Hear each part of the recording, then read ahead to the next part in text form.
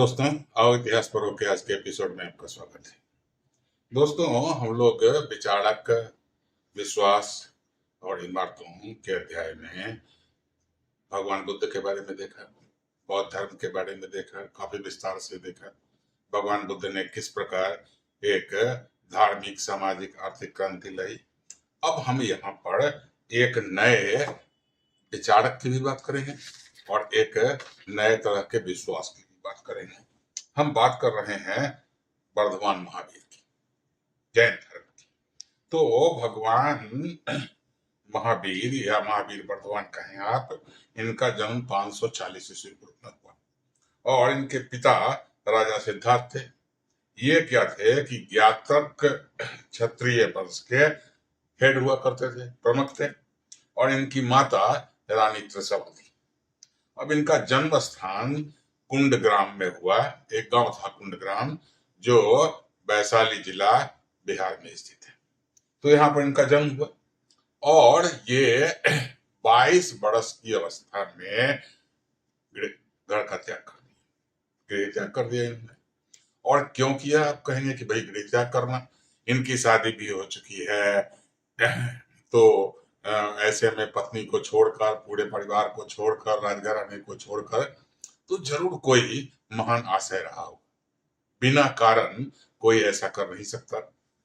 तो ये मानव कल्याण के लिए इन्होंने गृह त्याग किया। लगातार चिंतन, मनन, अध्ययन, सोच विचार करते रहे कि भाई यह संसार क्या है, यह जीवन क्या है, यह मृत्यु क्या है, और इसमें हम एक अच्छी अवस्था, एक मोक्ष की अवस्था कैसे प्राप्त कर सकते हैं।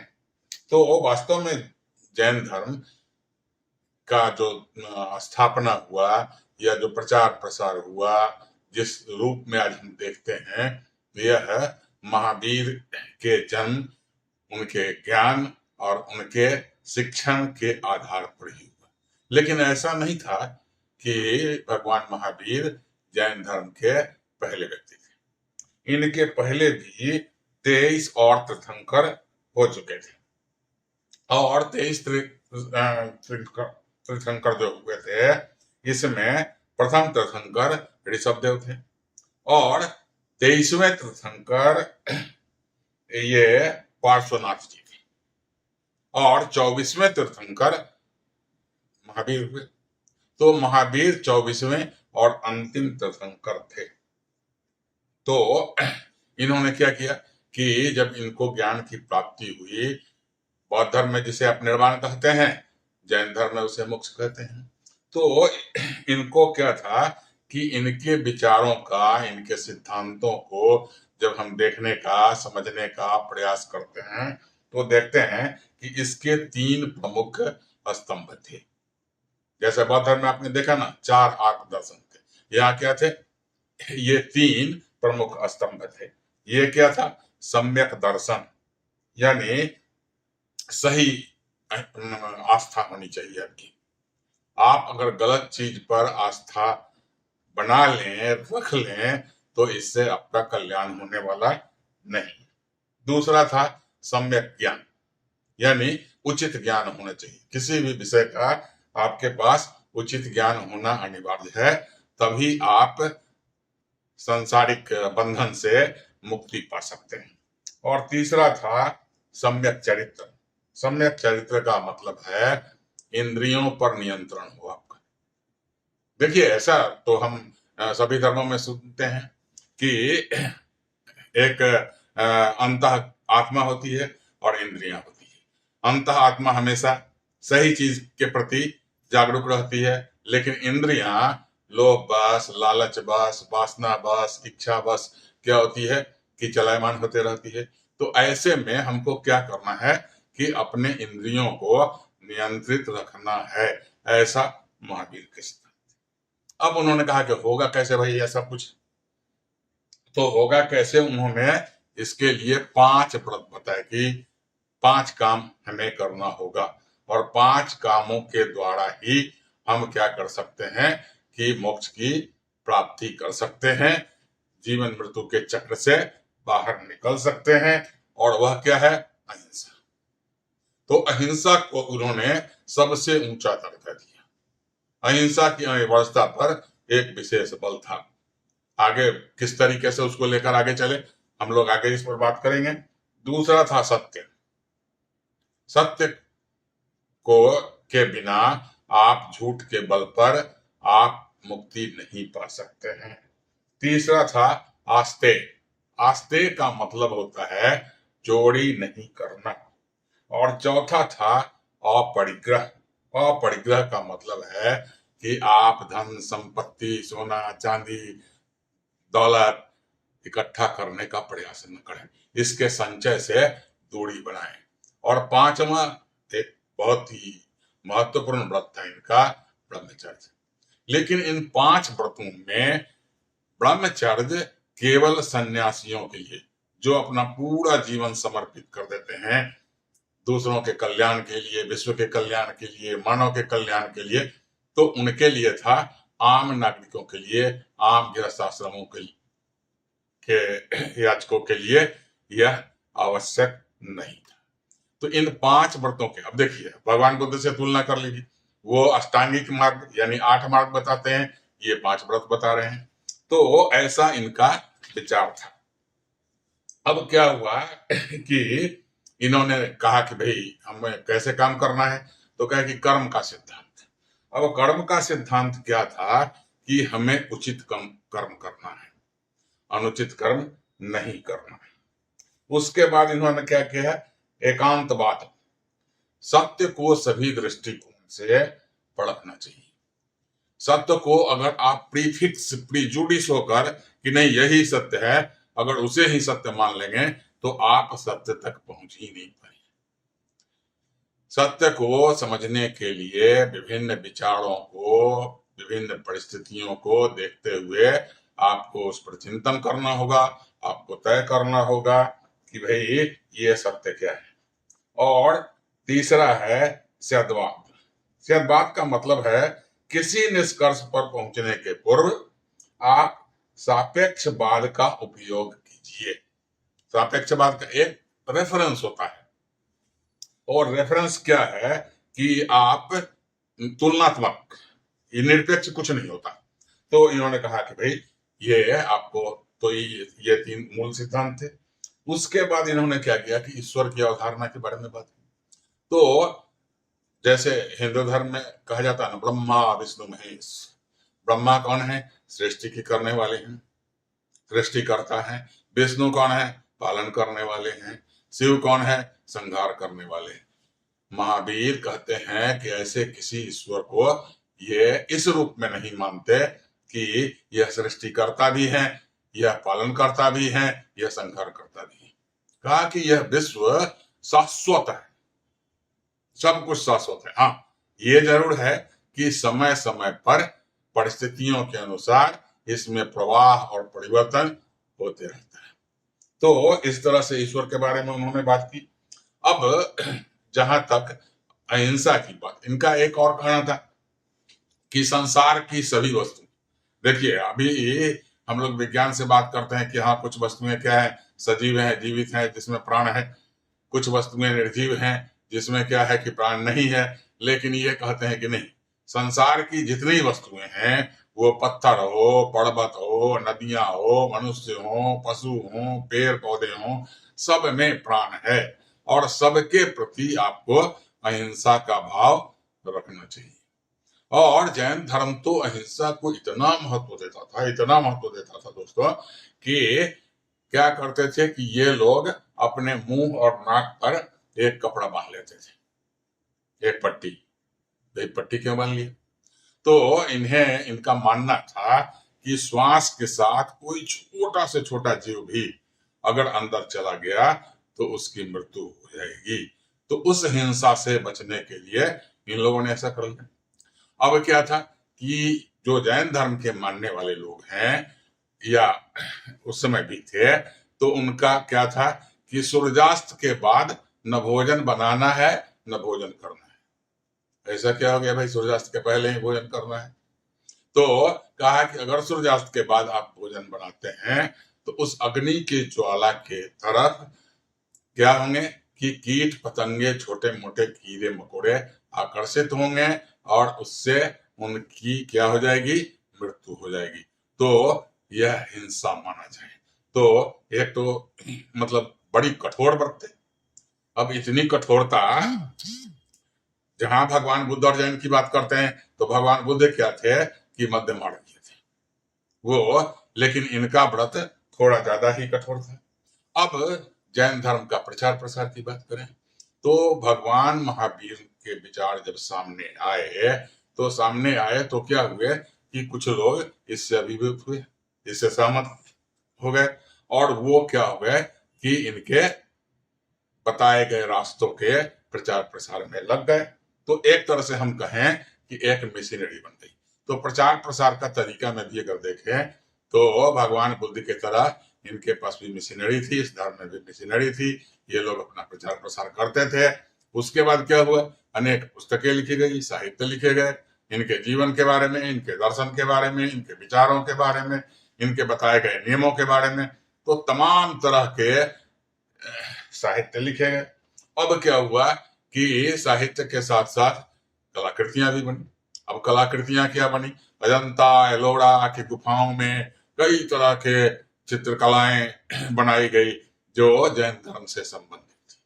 जो लोग वहां जाते थे उसको देखते थे, उनको अचानक याद आता था कि भाई महावीर के बताए ये रास्ते हैं और इसी रास्ते से हमारा कल्याण हो सकता है, अन्यथा कल्याण की कोई गुंजाइश नहीं। तो इस तरह से ये कलाकारों ने काम किया। अब आगे चल के क्या होता है कि राजकीय सहयोग भी इनको मिलने लगा।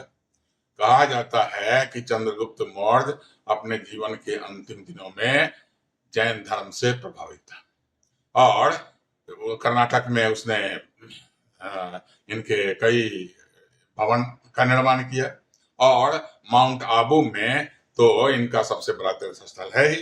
तो इस तरह से इमारतें भी बनी और इन सब में जो लोग जाते हैं, जिसको देखते हैं, इससे प्रभावित होते हैं, इनके विचारों का ज्ञान उनको होता है और इससे सहमत होने के बाद वो जैन धर्म को इम्प्रेस करने लगे।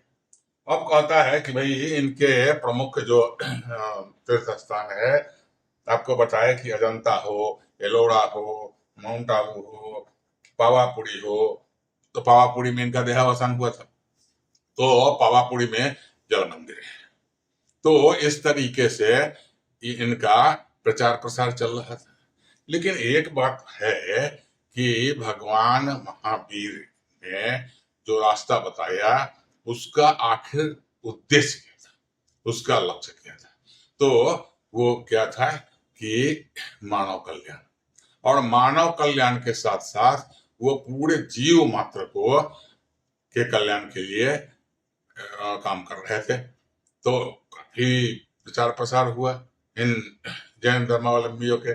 कई इनके तीर्थ बनाए गए, कई आश्रम बनाए गए, कई मशीनरियां काम करने लगी, मूर्तियां बनाई गई, तरह तरह के काम इनके प्रचार प्रसार के लिए हुआ।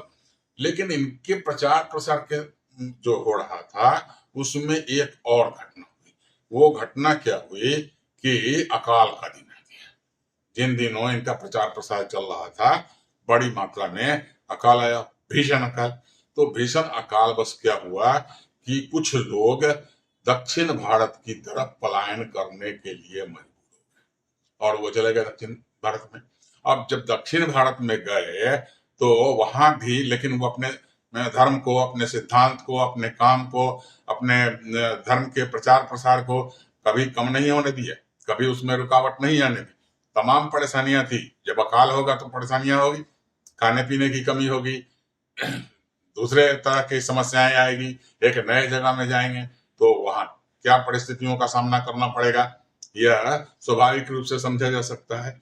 तो वहां से ये लोग जब लौटे तो अच्छा, भगवान महावीर का क्या था कि जब ये घर से निकले तो इनको अपने शरीर का, अपनी जरूरतों का जरा भी ख्याल नहीं था। जिस वस्त्र में निकले थे 20 वर्षों तक लगातार उसी पर। अब वस्त्र क्या हुआ, पुराना हो गया, फट गया, गल गया, समाप्त हो गया, और ये क्या हो गए कि निर्वस्त्र हो गए। अब जैन धर्म में के लोगों ने कहा कि नहीं भाई, ये निर्वस्त्रता भी हमारी एक पहचान होगी, तो इसको हम लोग कहते हैं दिगंबर। अब वो लोग तर्क क्या देते थे दिगंबर, कि भाई जब आसमान ही पूरे निकाय का आवरण है, तो फिर इसके बीच में दूसरे आवरण की जरूरत क्या थी। तो लेकिन उत्तर भारत में जो लोग रह गए थे, वो लोग क्या करने लगे कि श्वेत रंग का वस्त्र धारण करने लगे। तो इस तरीके से क्या हुआ कि जैन धर्म 2 शाखाओं में विभाजित हो गई, श्वेतांबर और दिगंबर। श्वेतांबर का मतलब है कि आप श्वेत रंग का वस्त्र धारण करेंगे, लेकिन दिगंबर का मतलब है कि पुरुष उसमें क्या होंगे कि निर्वस्त्र रहेंगे, और स्त्रियां बिना सिला हुआ, उनका कपड़ा जो होगा स्टिच नहीं होगा, सिलाई नहीं होगी, और वो साड़ी पहनती थी। तो इस तरीके से इस धर्म की 2 अलग, वैसे तो आप देखें तो बौद्ध धर्म में भी हीनायन और महायान, तो ये 2 धर्म की शाखाएं बटी।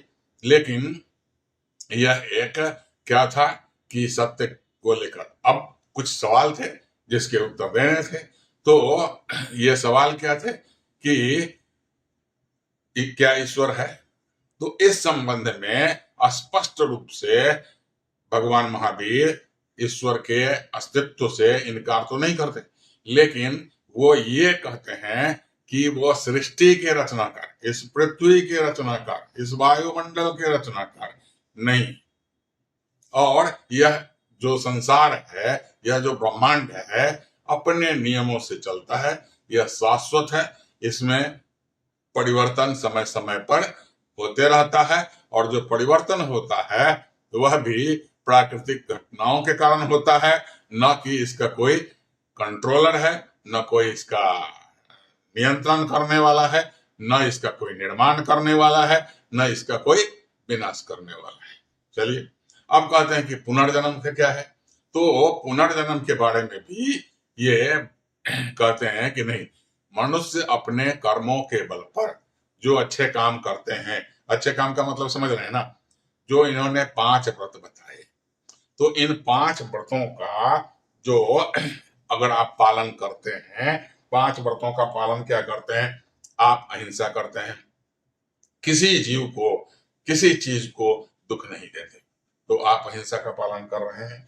आपके किसी भी काम से जाने अनजाने में किसी की हत्या, किसी की हिंसा न। चलिए दूसरा क्या था, सत्य।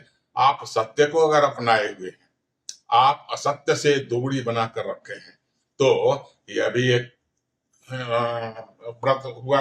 और कहता है कि आप चोरी नहीं करें।